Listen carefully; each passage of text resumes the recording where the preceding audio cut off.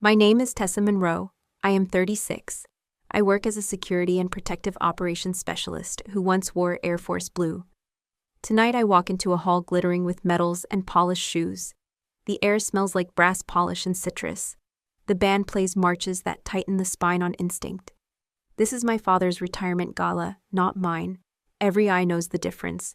I steady my breath. My heels click once, twice. I keep moving. My father, Colonel Richard Monroe, stands at the center like a lighthouse of rank and stories. His ribbon rack is a skyline. His voice carries without a microphone. He sees me and smiles the way commanders smile before they issue a hard order. He raises his glass. He beckons me closer. He turns to the circle of men who flew with him and women who briefed him. He performs. "This is my daughter, Tessa," he says, warm at first, then colder. She tried the soldier's life. She did not finish. She stepped off the ladder. He sets the glass down. He looks at the room. He gives the verdict that has followed me like a shadow. "She's a failed soldier," Dad tells the guests at his retirement gala. Applause falters, laughter stutters. Someone clears a throat. There is a flick of perfume and pearls beside me. My sister Trina never misses her cue. She leans in with a smile that photographs well. "No space for you here," my sister sneers. She taps the seating chart with a manicured nail. Every name is a door that closes. The joke lands, the table laughs, the band keeps playing. The floor under my shoes feels like ice. I plant my feet anyway. I keep my voice level. I say, "Congratulations, sir." I call him sir because the uniform is safer than the word father. I tell Trina her dress is elegant. The truth costs nothing. A waiter offers champagne. I lift water instead. I need a clear head, not bubbles. My fingers remember a different evening, a different corridor, a different kind of silence where people breathe through fear and wait for someone to open a way out. Motif begins. Place or no place, seat or no seat, belonging or the absence of it. The hall is a theater and I am cast as the extra who wandered into the frame. I can feel the audience writing captions above my head. Quit early, could not hack it. Disappointment in heels. The thing about captions is that they never match the whole picture. They crop the edges. They miss the moving parts. My father lifts the microphone. He thanks commanders and crews. He salutes absent friends. He speaks about duty. He speaks about staying the course. He speaks about how the Air Force taught him to hold the line. He pauses at family. He lets pride pour over Trina like a parade. When he turns to me, the spotlight chills.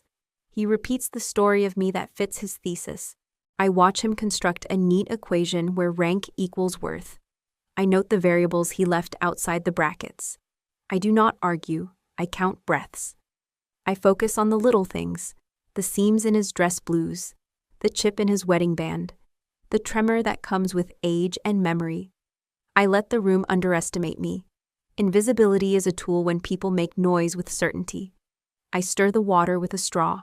The glass hums like a tuning fork. The sound reminds me to stay on key. There is a slideshow running behind the dais. Jets, deployments, medals pinned over steady chests. A child appears. A girl in a flight suit costume with shoelaces too long. My father kneels in the photo. He is smiling with the pride I used to live on. The image flashes away. The march resumes. Applause rises like surf and falls. The MC invites us to take our seats. Trina blocks my path with the chart one more time. Theater needs repetition.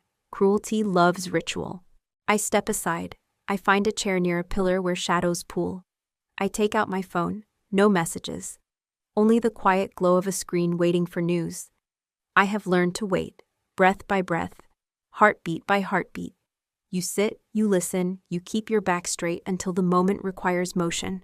The moment always arrives without warning. When it does, truth walks in, wearing boots hard. I am still in the pillar's shadow when the slideshow freezes. A hard click pops over the speakers. The projector jumps from photographs to a live feed. The banner reads breaking news. The anchor's voice is brisk and low.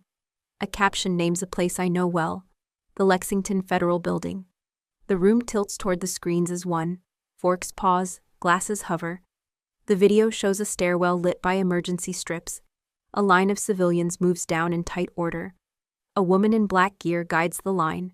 She checks corners. She nods once. She turns back up the stairs. The camera shakes when a gunshot cracks. The woman steadies. She closes distance. She hooks a rifle. The weapon skids. The assailant hits concrete. The feed cuts to the anchor. Then another angle rolls. A security camera shows the woman signaling from a doorway. A caption identifies her. Technical Sergeant Retired Tessa Monroe, former USAF Security Forces. JSOT, USACOM Liaison. The letters look strange and familiar at once. People whisper. The air changes temperature.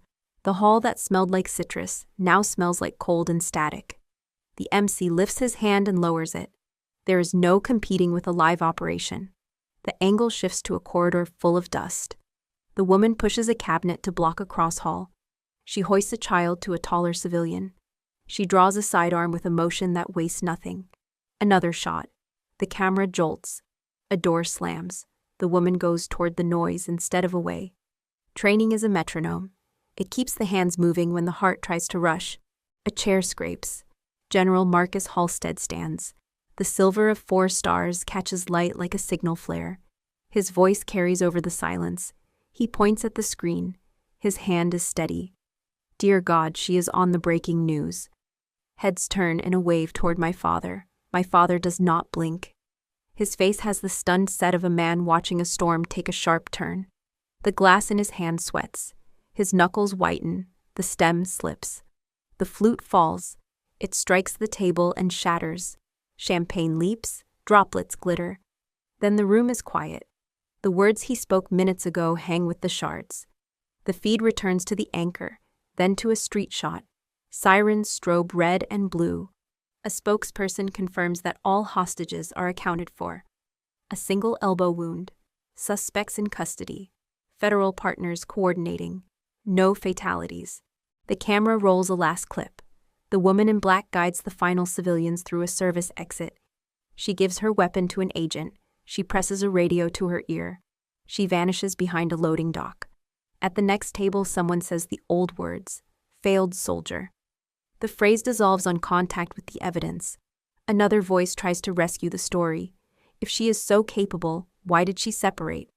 A third voice answers. Capability and rank are cousins, not twins. The argument hums and dies. The room recalibrates. My phone vibrates. A message from my team lead. Confirmed safe, report filed. Stand by for debrief at 10:00. Media traffic heavy, company shield active. I exhale. Across the floor, Trina is suddenly very busy with her clutch. She studies the stitching as if it might solve something. She looks up at me. For the first time all night, she cannot find a line to throw. General Halstead crosses the space with the unhurried stride of a man who moves fast by moving calm. He stops beside my father. He sets a hand on the older man's shoulder. He does not remove his eyes from the screen. Richard, the room is looking for you, he says. My father opens his mouth. No sound comes. The anchor repeats my name, confirms roles. Thanks the teams, the feed cuts. The slideshow tries to resume and fails.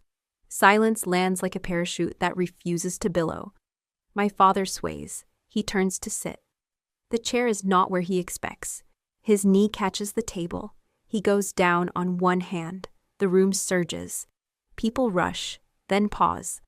I remain where I am, the pillar cool against my shoulder, the marble cool through my shoes. Breath in, breath out, center, observe, decide later. The narrative that narrowed me into a single word just met the rest of the sentence. The period moved, the meaning changed. The hall waits to hear the new line read aloud. Now, when the screen in the Gala hall finally went dark, I kept my breathing steady. I let my mind drift back to a place where things had been simpler. Before the uniforms and the unspoken verdicts, before the word failed became welded to my name. I was 10 years old, wearing a child-sized flight suit that my father had ordered special from the base exchange. The sleeves were too long. The zipper caught at the top. The patch on the chest read Monroe in block letters just like his. We were at an award ceremony on base. The sun was sharp and clean. Flags cracked in the wind. My father's dress blues were immaculate. His shoes reflected the sky. He stood at parade rest until the master sergeant called him forward. They pinned a medal on his chest that day. I remember the click of the clasp, the applause, the weight of pride that seemed to fill the air like a tangible thing. I clung to his side. My small hand disappeared inside his. When a reporter knelt to ask what I wanted to be when I grew up, I didn't hesitate. I said I wanted to protect people, just like my dad. He looked down at me then, his face breaking into a smile so warm it felt like sunlight. He squeezed my hand, bent low, and whispered, "You can do anything, Tess. Anything." That sentence was a seed planted deep in my chest. I watered it every day after, with every run on the track, every book I read about aircraft, every letter I wrote to bases across the country asking about their planes. I thought his approval was permanent, like the stitching on the patch. I didn't know it could fray. That afternoon after the ceremony, we walked across the tarmac together. He let me sit in the cockpit of an F-16. The canopy was open. The air smelled faintly of fuel. He pointed to each instrument. His voice was patient, proud. Altitude indicator, airspeed, artificial horizon. The tools you use to know where you are, even when you can't see the ground. I thought that was a metaphor he meant for me. I clung to it, not realizing how quickly you can lose your bearings when the horizon disappears. For years after that, I chased the image of us on that tarmac. I imagined him watching me graduate from the academy, pinning wings to my uniform, shaking my hand like I was both daughter and peer. I imagined us speaking the same language of service, of loyalty, of putting others first. But the reality didn't align. My path through the Air Force was not the straight line I'd drawn in my head as a kid. I had setbacks, injuries that healed slow, assignments that challenged more than they rewarded, moments where politics outweighed merit. I adapted, I shifted roles, but to my father, each detour was a subtraction from that childhood promise. The last time I saw his warm smile was years before tonight. Over time, his gaze cooled, calcified. Approval became conditional. Love felt like a performance I had to earn with rank and ribbons. The memory of his hand around mine faded under the weight of his silences. And yet, in that frozen second at the gala tonight, when General Halstead's voice cut through the air and the room turned toward the screen, a sliver of that childhood scene came back. Not because my father's expression softened, it didn't, but because I remembered who I had been before his opinion became my compass. I remembered the girl who believed she could do anything, not because someone else said so, but because she wanted to help. It struck me then, sitting in that shadowed corner, that my whole life had been about reconciling those two versions of him. The man on the tarmac teaching me the instruments, and the man in the gala hall dismissing me in front of his peers. One had planted the seed, the other tried to cut it down. The irony was that both had shaped me into the woman on that breaking news feed. The applause from that long-ago ceremony echoed faintly in my ears, mingling with the stunned quiet of tonight's hall. The contrast was sharp enough to sting. I knew then that whatever came next would not be about winning his approval back. It would be about standing in my own space, whether or not he or anyone chose to see it as mine. After the silence in the hall, my mind followed the thread of how the rift began. I joined the Air Force at 19 in security forces. Long shifts on flight lines, gate inspections, drills that left sweat in my boots. I watched hands more than faces. I practiced de-escalation until my voice steadied. I carried weight without complaint. By the 4th year, I deployed to a dust-colored province where the wind tasted like salt and grit. The night we lost a gun truck, I wrote the names of the injured and the dead in a green notebook. I still keep that notebook. Every page is a promise to be sharper next time. At year 6, a joint cadre visited our base to observe training. They watched me plan a perimeter under a time limit, adjust when a variable shifted, keep my hands still while I spoke. A quiet selection followed. An interview, a waiver, a seat at a course that did not advertise. By year 7, I was rotating into missions with the Joint Special Operations Task Element under USOCOM. JSOT did work that prefers shadows to headlines. Our job was to move people out of harm with the least noise possible. See patterns early, keep small fires from growing. We trained in buildings with unpredictable doors, rehearsed evacuations with uncooperative role players, rode elevators until the chime felt like a test. An instructor gave me the line I still carry: slow is smooth, smooth is fast.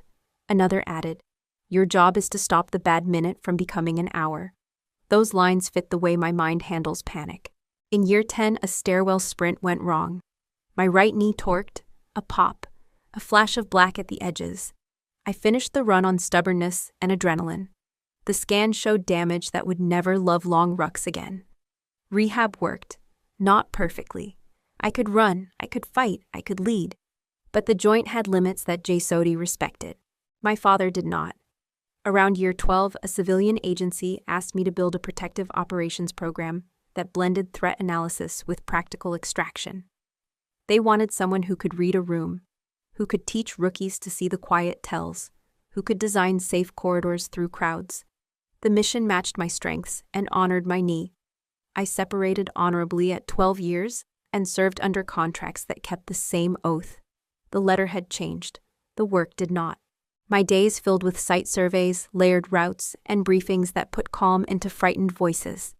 I did not leave service. I changed the uniform I wore while doing it. My father heard a different story and repeated it nightly. To him, separation meant surrender. Rank was the narrative and the moral. Over dinner, he said I had started something I should have finished. Soldiers stay. I told him service has more than one uniform. Impact is not rank dependent. Integrity is not sewn to a sleeve. He shook his head and called it quitting, often loudly. He would not read the letters that listed my duties, because the letterhead did not say Department of the Air Force. The rift did not explode. It widened by degrees. He skipped a ceremony where my team received a commendation. He sent Trina instead. She reported that the room was full of civilians, as if that settled the case. I kept showing up to birthdays. He kept introducing me as someone who almost belonged. Each time he said almost, the runway in my chest shortened by a foot. Each time I tightened my knee brace, I remembered that doing the work is not the same as being seen. Trina never argued with my father. She reinforced him. If he called my career a detour, she called it a dead end. She had learned early that agreeing with him kept her in the center of the room, and she liked that vantage point. We were children when she first told me I didn't belong. It was at a neighbor's cookout, and she whispered it while passing me a plate. Back then, I thought she meant the picnic table. Years later, I realized she meant the table in every room that mattered to her. After I left active duty, she sharpened the phrase. At a holiday dinner, while my father carved the turkey, she leaned close enough for only me to hear. You've never belonged in the places that count. Her voice was soft, but the sentence landed like a gavel. She saw the uniform as an admission ticket to respect. Without it, she believed I was wandering without a destination. My civilian work, briefings with agencies, planning secure evacuations, meant nothing to her, because it didn't carry the public weight she could point to. She would tilt her head when I described a mission, then ask if it came with a medal or just a paycheck. When invitations went out for military family events, she would forget to send me the details until the day after. If I arrived anyway, she made sure my chair was at the far end, next to people who didn't know my name. The motif of no space became a pattern she curated. An empty seat in the photos, my name missing from group emails, my work brushed aside in conversation. Once, during a memorial for one of my former teammates, she introduced me to a retired colonel as my sister who used to try the military thing. I watched the colonel's polite smile hold steady, but I caught the faint shift in his posture. Recognition that the jab was intentional. That night, driving home, I realized Trina's loyalty to my father wasn't just about agreement. It was about maintaining a hierarchy where she was always closer to the center and I was always on the fringe. Her words were not shouted, but they were permanent. Every time she told me I never belonged in important places, it echoed in the moments I was standing exactly where I needed to be. On a rooftop at dawn, in a secured hallway, in the middle of a rescue. I learned to measure importance differently, but the refrain stayed, waiting to be answered. The day of the gala hadn't started in silk and candlelight. It started in Kevlar and reinforced boots. I was on a special rotation, tasked with escorting a high-level federal witness to the Lexington Federal Building for a closed-door deposition. My role was straightforward: get him inside, stay invisible, and get him out without a ripple. Years in USAF security forces and later with the Joint Special Operations Task Element had drilled that discipline into me, precision without spotlight. We cleared the perimeter before sunrise. I walked the witness through the side entrance, my earpiece alive with the calm chatter of my team. Clear on the east stairwell, lobby quiet, service elevator ready. The first 3 hours passed without incident. I kept a hand on the doorframe of the conference room as the witness met with federal attorneys, my eyes sweeping hallways, noting who didn't belong. It was just past 10 a.m. when the tone in my earpiece changed. A single word, low and sharp, movement. The feed from our security liaison cut in. Grainy video from a ceiling camera on the 8th floor. 4 men in dark tactical gear emerged from the stairwell, rifles slung forward. Their formation was deliberate, practiced. They didn't run, they advanced. The command center confirmed what I already sensed. This was not a random disturbance. My mind clicked into operational mode. Lexington wasn't just another federal building. The 8th floor housed a secured records archive, and today, a panel of intelligence officers debriefing multiple assets. If that floor was compromised, the fallout wouldn't be local. I keyed my mic. Team 2, seal elevator access on 7. Team 3, push civilians down to 5 and lock stairwell doors. The witness I'd been guarding looked up from his files, reading the shift in my face. I told him plainly, "You're moving, now." One of our agents took his arm, guiding him toward the sub-level garage. My focus narrowed to the threat above. By the time I reached the stairwell, I could hear the muffled thud of a door kicked in. The men were inside the archive level. They'd chosen a choke point, a place where civilians couldn't simply scatter. My training from JSOT kicked in, evaluate, adapt, commit. I didn't have the luxury of waiting for a full tactical team. Seconds meant lives, and in a hostage scenario, hesitation was just another word for surrender. I pressed my comm again. "All units, contain on 8. I'm going up." The reply was clipped. "Copy, Monroe." My boots hit each step like a drumbeat. At that moment, I wasn't thinking about the gala or the fact my father was hours away from toasting his retirement. I wasn't thinking about Trina or the empty chairs she liked to save me. My mind was a grid. Positions, angles, cover, entry points. Halfway up, I caught sight of one of the gunmen through the glass pane of the fire door. He was pacing, scanning the hallway, his rifle at the low ready. Behind him, through a sliver of view, I saw frightened civilians huddled against the far wall. Their faces were pale, hands clasped tightly, as if holding on to each other could keep the danger out. That image anchored me. The mission had just changed. What was supposed to be a routine escort was now a containment and extraction. I double-checked the weight of the sidearm at my hip, adjusted the strap of my plate carrier, and reminded myself of the first rule I'd learned in the field. The plan is just a suggestion. Survival is the objective. That was the moment, standing outside a hostage-filled hallway, that the rest of my day would be rewritten. And by the time the news cameras found the footage, it would no longer belong just to me. From my position at the stairwell door, I could only see slivers of the 8th floor, hallway corners, the edge of a desk, the flicker of movement and shadows. That limitation was both a curse and a shield. Too much visibility could freeze your instincts. Too little forced you to trust training over fear. I pressed my earpiece in tighter as the voice of our JSOT tactical coordinator came through, measured, calm. "Monroe, FBI hostage rescue is spinning up from Quantico. 20 minutes out. Your eyes on until then." 20 minutes in a live hostage scenario felt like 20 hours. Our JSOT element had split, 2 operators flanking from the north stairwell, one moving through the duct system to gain a ceiling vantage. My job was to lock the south approach and feed every scrap of intel to the command net. I crouched low, angling my body to reduce exposure. Through the narrow pane, I counted 2 gunmen in sight. One was the pacing sentry I'd spotted earlier. The other stood further down the corridor, posture rigid, scanning a closed office door. I couldn't see inside that office, but the low murmur of voices, terrified, pleading, leaked under the frame. The FBI negotiator patched into our channel, her voice steady but probing. "Identify yourself. Let's talk about what you need." The gunman by the office didn't respond. Instead, he raised his rifle, tapping the barrel against the door once, twice. An audible warning to whoever was inside. I relayed the action quietly. Subject 2, corridor west, door contact, possible escalation. My breath fogged the glass. I eased back to avoid giving away movement. In my peripheral vision, one of our JSOT flankers signaled. 2 fingers up, then a directional sweep. He had eyes on a third assailant near the central archive vault. Information was coming in fragmented. Half from what I could see, half from the murmured updates of my teammates. We were a web, each holding a strand, none of us with the full picture. That's the nature of being an invisible protector. The civilians never see you, and the threat never knows you're closer than they think.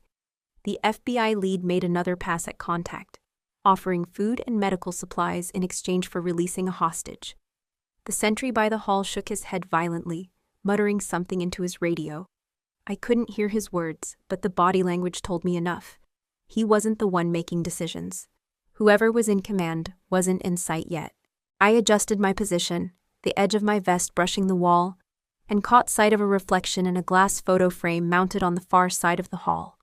It was faint, distorted, but there, another figure, seated just inside the vault room, one leg stretched out. He was in no rush. That kind of composure in an armed standoff was dangerous. It meant planning, patience. Command, I whispered. Possible primary in vault room, unconfirmed visual. The acknowledgement came with a reminder to hold position. We weren't greenlit for entry until the FBI was in breach range. Those next minutes were the hardest, knowing civilians were 10 yards away, that I had a loaded weapon and a clear sense of direction, but not the full clearance to act. Patience is part of protection. The wrong move can kill more than it saves. So I watched, listened, and fed the network every shift in the hallway. Every flicker of a shadow, every tilt of a rifle barrel. The civilians inside never knew I was there. The gunmen never realized the south stairwell was no longer theirs. And as the clock ticked toward the FBI's arrival, my world narrowed to one truth. Sometimes the most decisive acts happen in silence, unseen, until the moment they break into daylight. The order came down crisp and low through my earpiece. Monroe, you're on point for Group Alpha. 15 hostages, conference room east. Secure passage and get them out. I eased the stairwell door open just enough to catch the sentry's rhythm, 3 steps toward the office, pause, 2 steps back. Timing would be everything. Our FBI negotiator was still working the line, her voice keeping their focus just long enough for me to move. The corridor felt narrower than it was. I could see the fear in the hostages' faces through the glass panel in the conference door. Crowded together, eyes darting between the gunmen and the exit they thought they couldn't reach. I stepped forward, weapon trained but voice even. You're going to let them go. Now. The gunman's eyes flickered with uncertainty. No one leaves. You're wrong, I said, keeping my tone steady. They're walking out, and you're staying put. It was a strange inversion of the words my father had thrown at me at the gala. No space for you here. I was giving these civilians the exact opposite. Space to breathe. Space to live. The man hesitated, knuckles whitening around his rifle grip. I shifted my stance, making sure he saw the calm in my posture, the certainty that this was already decided. You've got one choice that doesn't end badly. Step aside. A long beat passed.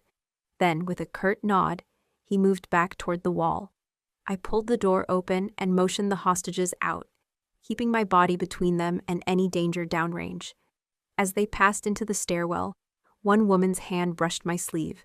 A whispered, "Thank you," almost lost in the rush. I didn't answer. The only thing that mattered was that they were outside, where they had a place.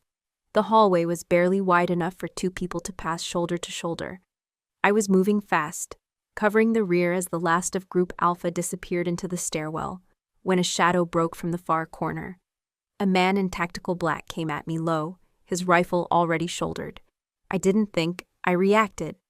I drove my forearm into the barrel, shoving it offline as the first round cracked into the drywall beside my head. The blast was so close I felt the heat of the muzzle, a rush of scorched powder on my cheek. He tried to wrench the weapon back, but I stepped into him, forcing his momentum upward. The strap caught around his neck, jerking his head back. I could hear my own breathing, short, sharp pulls, as I slammed my shoulder into his chest. pinning him against the wall. His elbow shot toward my ribs, catching enough to knock the wind from me. Pain flared hot, but I kept my grip on the rifle. My left hand slid down the barrel until it seared against my palm. I held anyway, twisting with everything I had. The weapon came free with a jerk that nearly sent me off balance. He lunged for it, but I drove the buttstock hard into his sternum. The sound was a deep, ugly thud. His breath left him in a ragged gasp. Behind me, I caught the pounding footsteps of hostages fleeing down the stairwell. Light shoes slapping concrete, a child's high-pitched cry. That sound was the anchor in the chaos, the reminder why I couldn't let this man recover. He swung a desperate punch that grazed my jaw. I stepped inside it, used the rifle like a lever, and took him down hard. His back hitting the floor with a hollow smack. My knee pinned his arm while my fingers stayed tight on the trigger guard, ready if he moved again. The hallway smelled of burnt powder and sweat. My heart hammered in my ears, each beat drowning out the fading footfalls of the last hostage. For the first time since the Gala, I felt the ground under me, solid, certain. The rifle was hot in my hands, but it was mine now. The rifle was still hot against my palms when the radio cracked in my ear. Third subject shifting west. Possible VIP acquisition. Another voice followed, clipped and calm. Target is retired Colonel Daniel Avery, sheltering in Record Suite 8 West with 1 admin. Shooter 3 closing from Copier Bay. The name hit like a pulse. Avery had flown with my father, he had eaten at our table, he had once shown me how to fold a scarf straight for inspections. My jaw set without permission. Copy, I said. South stairwell secure. I am mobile west. I cinched my sling, keyed the stairwell door, and slid along the wall. I kept my muzzle low and my steps quiet. The tiles glittered with mica flecks under fluorescent light.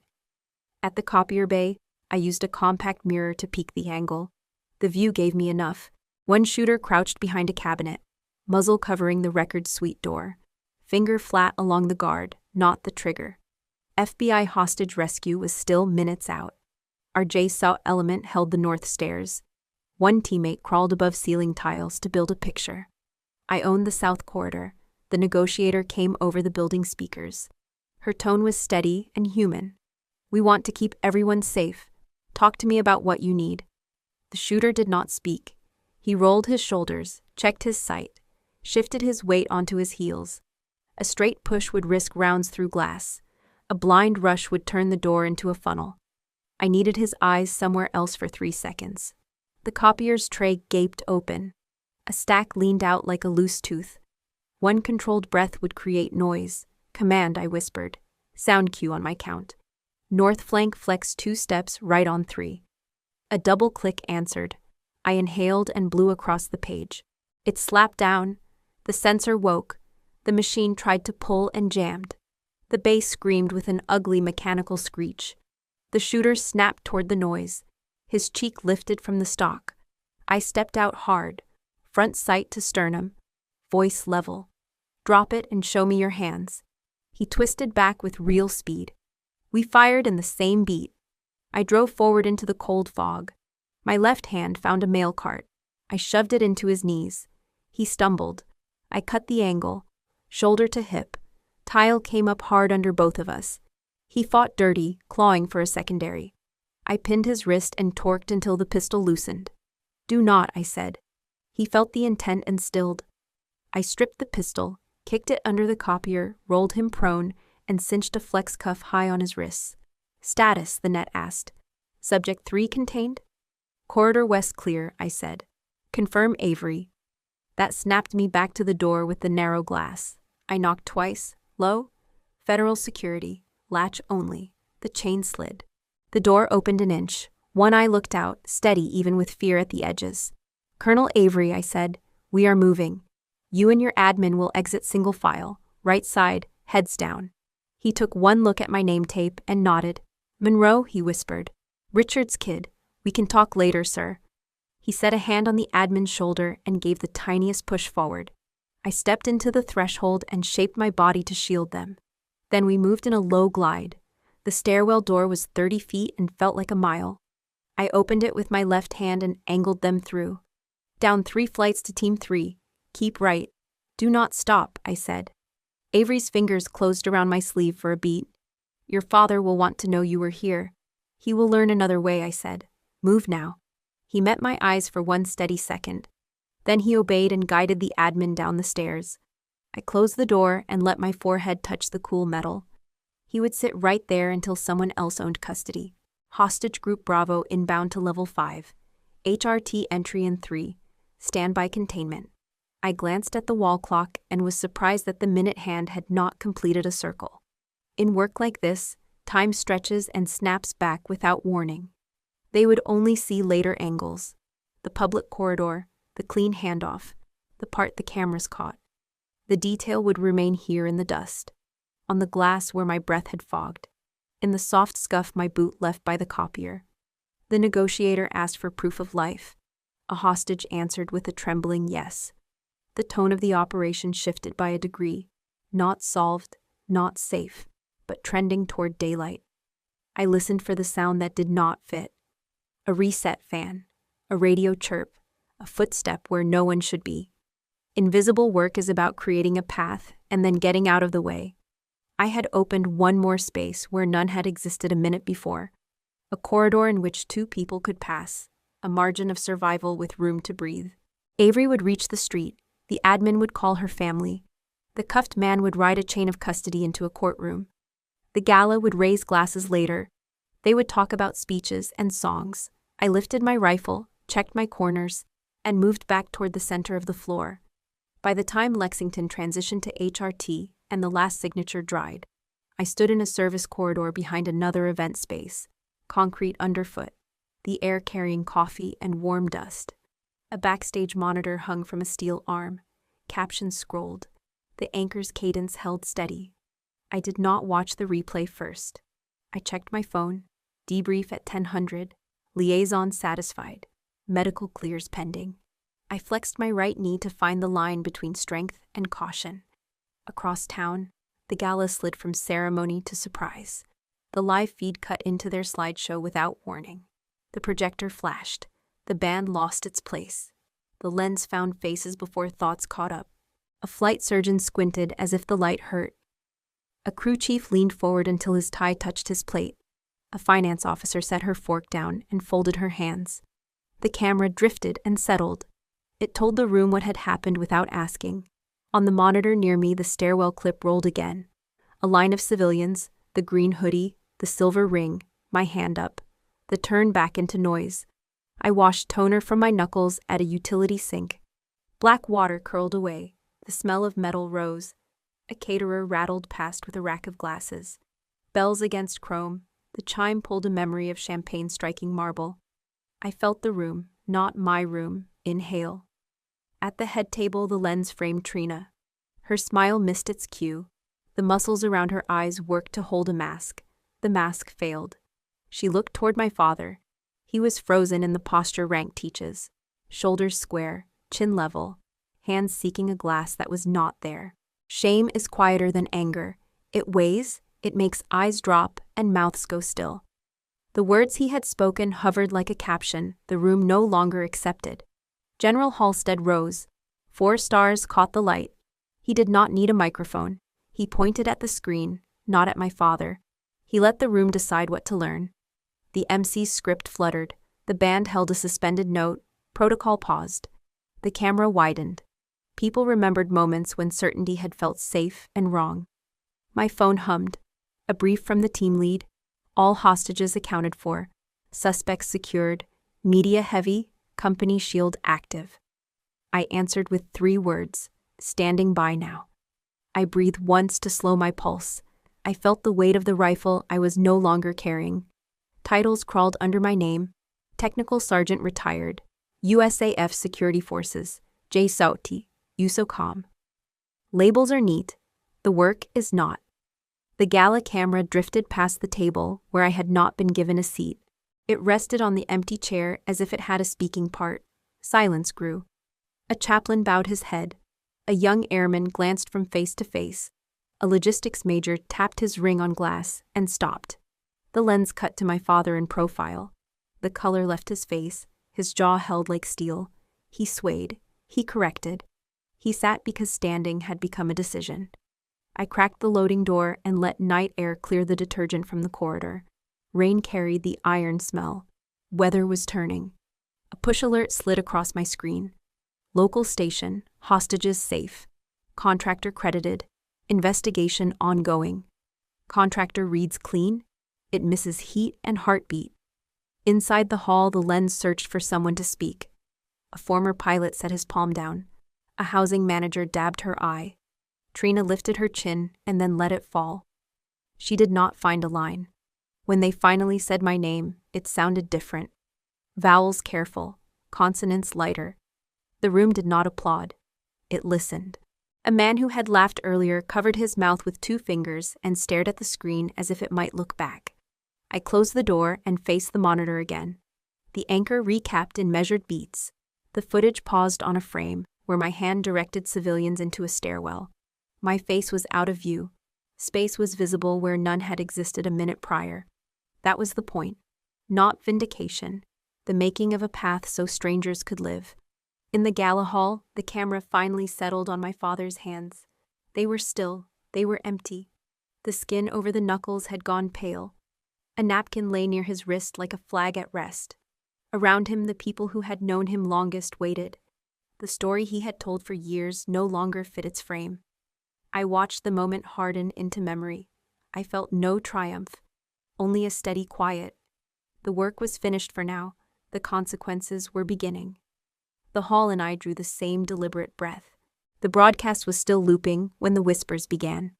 They moved like a current under the formal chatter, a ripple you could hear if you'd learned to listen for danger. One voice, male, clipped, asked, "If she's that capable, why isn't she still in uniform?" Another, softer but no less pointed, added, "Real soldiers don't just walk away." The words carried a certain practiced weight, as if they'd been stored for a moment exactly like this. In the gala hall, faces tilted toward one another, eyes flicking from the screen to my father. Someone adjusted his cufflink twice before speaking. The question, what makes a career successful in the military, wasn't new. But here, in the middle of a retirement gala filled with brass and dress blues, it carried an edge. From my vantage backstage, I couldn't hear every word, but the body language translated clearly on the monitor. Chairs shifted. A table of younger officers leaned in, one whispering into his hand. A retired command chief gave a slow, skeptical nod to something his seatmate said. It wasn't the footage that bothered them. It was the story they thought they knew about me. The man who had spoken loudest leaned back, his voice rising above the hush. "She quit," he said to no one in particular, but loud enough for it to travel. Combat-ready security forces don't leave over a knee injury if they want to keep serving. If she was really committed, she'd be here in blues, not civvies on a news clip. It would have ended there, just another round of quiet gatekeeping, if not for Marcus Halstead. The general rose again, not hurried, but with a finality that made 3 tables stop mid-conversation. His 4 stars caught the stage light, silver against midnight blue. "Colonel," he began, though my father didn't look up. "This," Halstead said, pointing at the paused frame of me guiding civilians into the stairwell, "is service. You want to measure commitment? Measure it in risk. Measure it in the willingness to run toward the sound you want no part of. And if you think that ends when someone leaves active duty, you've forgotten the first thing we teach." The air changed. A few nodded, more froze, unsure which way the current would shift. The man who'd spoken loudest muttered something into his drink, but no one answered him. Tension didn't leave, it thickened. A woman in a dark green mess dress, her ribbons neat and high, spoke from 2 tables over. "General, with respect, success in the Air Force means staying in. We've all faced injuries, family crises, hard deployments. We stayed." Her tone was steady, but the challenge was real. Halstead stepped toward her table. Staying is one form of service. Knowing when to leave and finding another way to protect is another. What you saw on that screen tonight, that was a Joint Special Operations Tactical Element asset, contracted under federal authority, moving in a live hostage environment without backup in sight. She didn't need a uniform to do it, and she sure as hell didn't need anyone's permission. The camera caught Trina's reaction then, eyebrows lifting, a glance toward my father that held both curiosity and calculation. Her lips moved, barely. Gisote? As if the acronym alone was a revelation. But not everyone was convinced. A major in the back raised his glass as if making a toast. Still, he said, when the uniform comes off, so does the weight of the oath. That's why retirement ceremonies mean something. His table murmured agreement, but no one clapped. Halstead's voice cut through again, sharper now. The oath doesn't expire. I've buried too many who proved that with their lives long after their discharge papers were signed. He looked toward the screen, not toward them. You want to talk about real soldiers? They're the ones who find a way to keep serving, inside or outside the system, even when it costs them more than their career. I leaned a shoulder into the cool cinder block wall backstage, listening to the silence that followed. It wasn't agreement. It wasn't dissent. It was the sound of people recalculating the story they thought they understood. The whispers didn't vanish. One guest still asked, "But why did she really leave?" As if my medical file was public property. Another wondered aloud if I'd been pushed out, and the heroics were a bid for relevance. Even in the face of proof, people cling to the version of events that keeps their own world tidy. Halstead didn't try to win everyone. He let the facts stand on the screen, looping over and over. Me pulling civilians through the exit. Me turning back in when I could have walked away. The rifle clattering against tile. The grainy freeze frame where my hand, open and steady, made space in a corridor that seconds before had been a dead end. It was not applause that followed, but something harder to earn in that room, attention.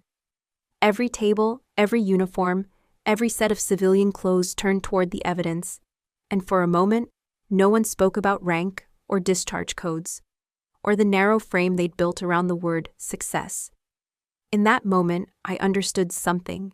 Vindication wasn't loud. It didn't need to be. It just needed to exist, undeniable, in the same room as the people who had once decided there was no place for me. And whether they admitted it tonight or not, the place was there now. Not because they'd offered it, but because I had made it. The hallway was dim, lit only by the spill of warm light from the Gala doors.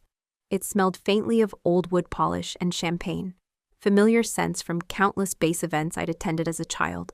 Footsteps echoed behind me, slow but deliberate. "Tessa," my father's voice carried down the corridor, stripped of the sharpness I'd heard earlier that night. I turned. He was alone now, the noise of clinking glasses and low conversation muffled behind the heavy doors. His posture was still military, spine straight, shoulders squared. But there was a tightness around his eyes I didn't recognize. He stopped a few feet away. For a moment, he didn't speak. Then, with a low breath, he said, "I didn't know." The words felt awkward in his mouth, as if they'd never been practiced. I didn't move toward him. "You never asked." The reply came out quiet, but it landed between us like something heavier than sound. He blinked once, as if the thought hadn't occurred to him. "When you left the Air Force, I thought you couldn't handle it. I thought—" He paused, eyes shifting to the floor, "that you had chosen to step away because it was easier." "Easier?" I asked, and the word felt foreign in my throat. "There's nothing easy about carrying what I carried after Lexington, or before that." His gaze lifted to meet mine. "I saw you on that screen.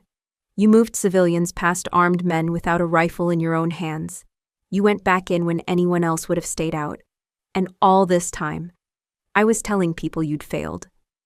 The hallway seemed to grow quieter. The music from inside faded to a dull hum, and all I could hear was the faint rattle of a glass cart rolling somewhere down the far end. "I didn't just leave," I said.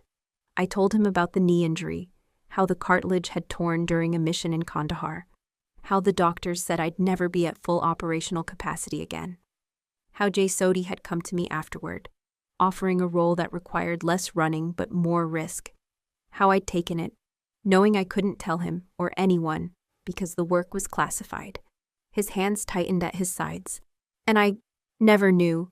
He said it again, not as an excuse this time, but as an acknowledgement of what that meant. I nodded once. "Because you never wanted to hear anything but your version." I didn't raise my voice. I didn't need to. The truth hung there in the still air, untouched by the noise of celebration just beyond the wall. He looked away, toward the faint flicker of the exit sign. I told people there was no space for you. I told myself that too. When his eyes returned to me, there was no rank in them, no uniform, just the man who had once lifted me onto his shoulders at an air show. I was wrong. For a long moment, neither of us spoke. The silence wasn't empty, it was thick, carrying the weight of years. A passing waiter, not noticing us, rattled by with a tray of half-empty champagne flutes. We both glanced toward the sound, then back at each other. "Why tonight?" I asked finally. "Why come out here?" His shoulders rose and fell with a slow breath. "Because I watched a 4-star general stand up for you when I hadn't. Because I saw you do the kind of work I told myself you couldn't. And because, if I walked out of here without saying something, I might never get another chance." The words didn't erase the hurt. They didn't stitch over the years of dismissal or the sting of public humiliation, but they were a start. One I'd stopped expecting long ago. I stepped back, letting a little more space stretch between us. "I'm not looking for an apology, Dad. I'm looking for you to see me as I am. Not as the soldier you wanted, not as the failure you imagined, just me." He gave the smallest nod. "Then, I'll start there." The muffled sound of applause drifted from the gala doors, followed by the voice of the master of ceremonies announcing the next segment. Neither of us moved to go back inside. For the first time in years, the distance between us wasn't measured in rank or expectation. It was measured in choice. And tonight, both of us had chosen to stay.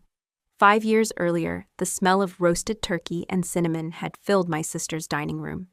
It was one of those holiday dinners where the table looked like a magazine spread. Silverware aligned, crystal glasses catching the light, conversation humming under the surface.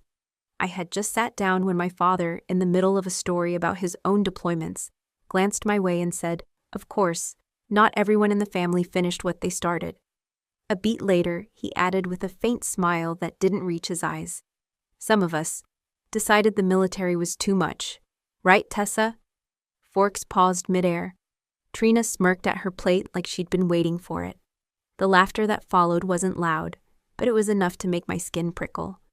I remembered keeping my head down, moving the cranberry sauce closer, as if that was more important than defending myself. I hadn't corrected him. I hadn't told him that just 2 days earlier, I'd been embedded in a freezing mountain region overseas, carrying intel that would prevent an attack. I hadn't told him I was still in service, just no longer in a uniform anyone at that table would recognize. Because the mission was classified, and because part of me had already learned the futility of trying to rewrite his version of me in front of an audience that preferred his. So I let the silence confirm his assumption. That night became a fixed point in my mind. A moment that reinforced his narrative, that I was the soldier who quit. I carried it for years, replaying it with the sting intact. But standing in that hallway with him now, the echo of that dinner in my head, I realized something unsettling. Maybe he really didn't know. Maybe, despite his years in the service, he'd never imagined there were roles that operated beyond the rank structure he understood. And maybe I'd let my own resentment cement his ignorance. I didn't say any of this out loud. I let the memory sit where it was, like a picture frame left hanging slightly crooked on the wall, something the viewer notices but doesn't straighten. I knew the audience, anyone watching my life from the outside, would connect the dots themselves. In that moment, I wasn't sure if the hurt I'd carried all these years had been built entirely by him, or partly by me. He looked at me then, really looked, like the man who had once lifted me onto his shoulders at an air show so I could see the jets. "I keep remembering you at 10 years old," he said quietly. "You were wearing that little flight suit I bought you. You told everyone in the hangar you were going to protect people just like me." His voice wavered, not much, but enough that I heard the undercurrent.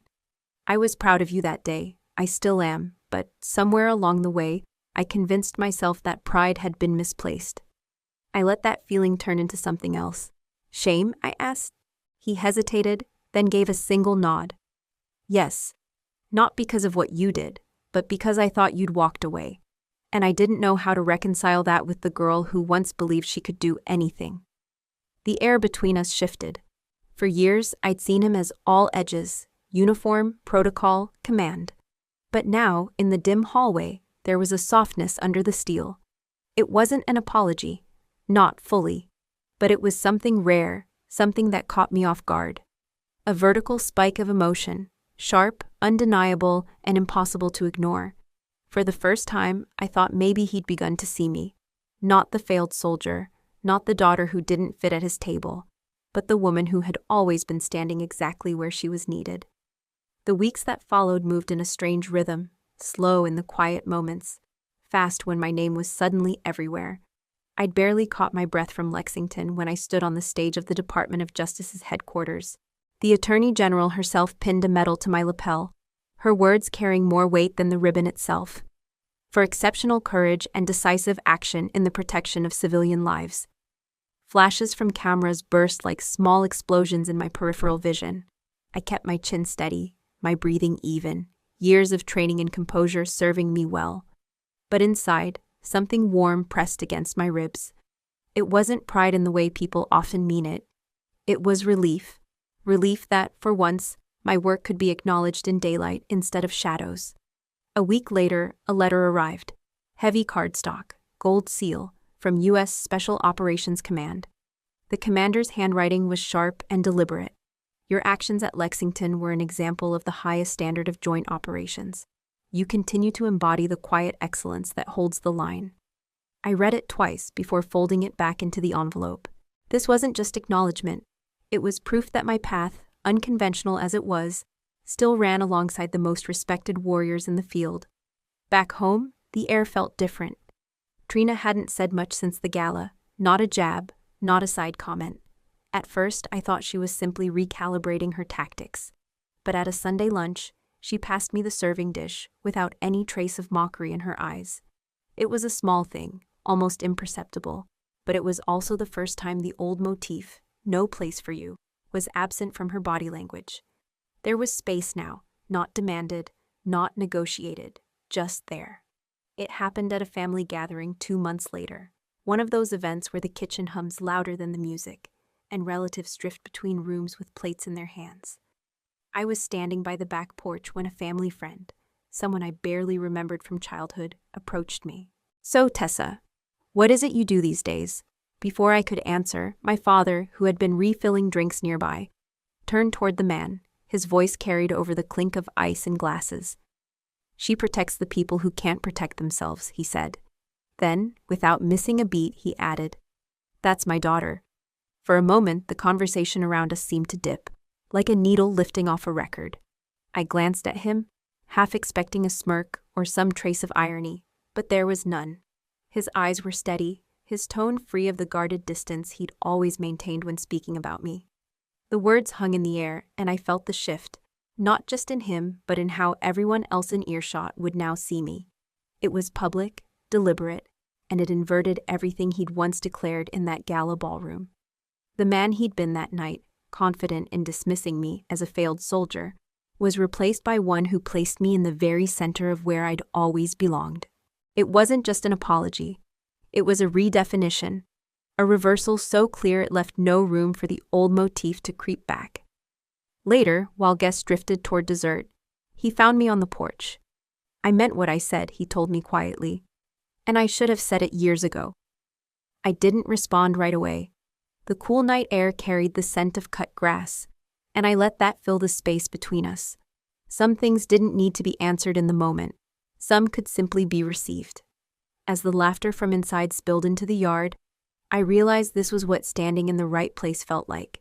Not because someone had decided to give me a seat, but because I'd built it myself. And now, finally, he'd chosen to stand beside me. That evening, the house was quieter than I'd heard it in years.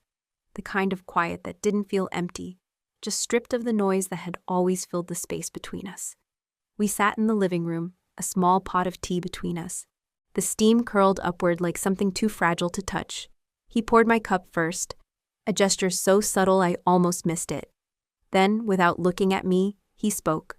"The truth is," he began, his voice low, "I was wrong, about more than I care to admit.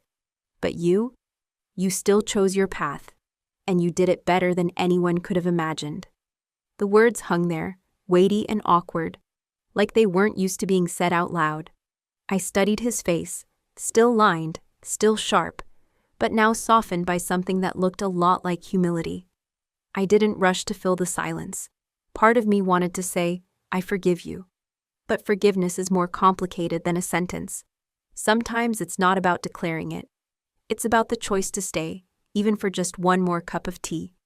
So I didn't speak those words. Instead, I nodded slightly and took a sip. The warmth spread through my chest, steady and unhurried. He shifted in his chair, hands curling around his own cup. "When I told people there was no place for you, I thought I was protecting the family's reputation. I didn't see I was cutting you out of something you'd already earned." The admission was jagged, and I could tell it cost him something to let it out. But he didn't flinch when our eyes met. We didn't need to dissect the past any further, not tonight. We sat there in the hum of the ticking clock, letting the space between us fill with something new, not quite mended, but no longer fractured in the same way. When the tea ran low, he poured what was left into my cup instead of his own. That said more than anything else. In the days that followed, I thought about that night more than I expected.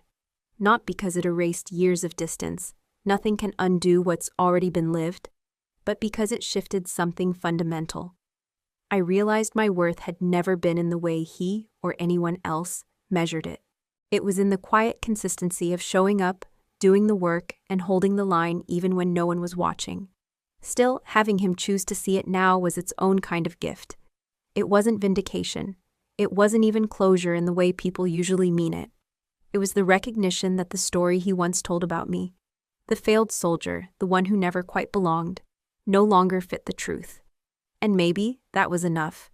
The irony was, I didn't have to fight for that shift to happen. I didn't have to stand in that gala ballroom and shout my record into the air.